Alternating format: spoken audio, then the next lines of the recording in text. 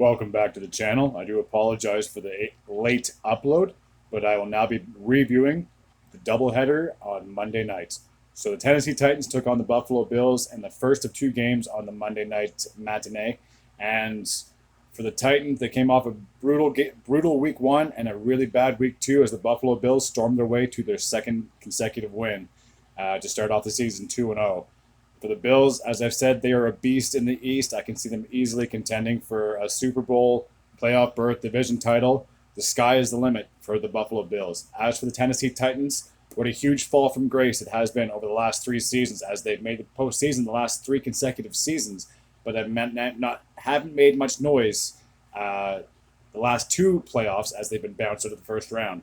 Now, not all hope is lost, as the only team in that division that has a win are the Jacksonville Jaguars. The Tennessee Titans are 0-2, the Texans are 0-2, and the Indianapolis Colts are 0-1.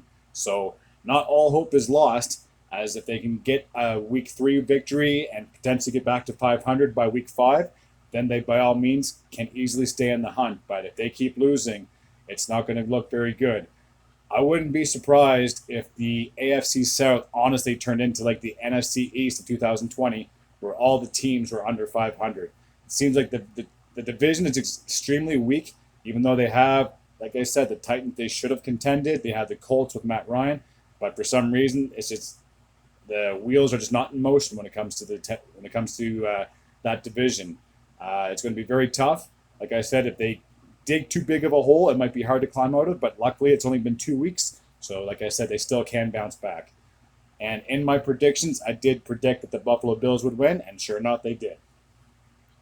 Moving on to the last game, the Minnesota Vikings taking on the Philadelphia Eagles. Now, after the Minnesota Vikings torched the Packers in week one, they got a little dose of medicine, and they just were not able to get their foot in motion, and Kirk Cousins has been inconsistent at times, and sure enough, this is one of those games where you had a major hiccup.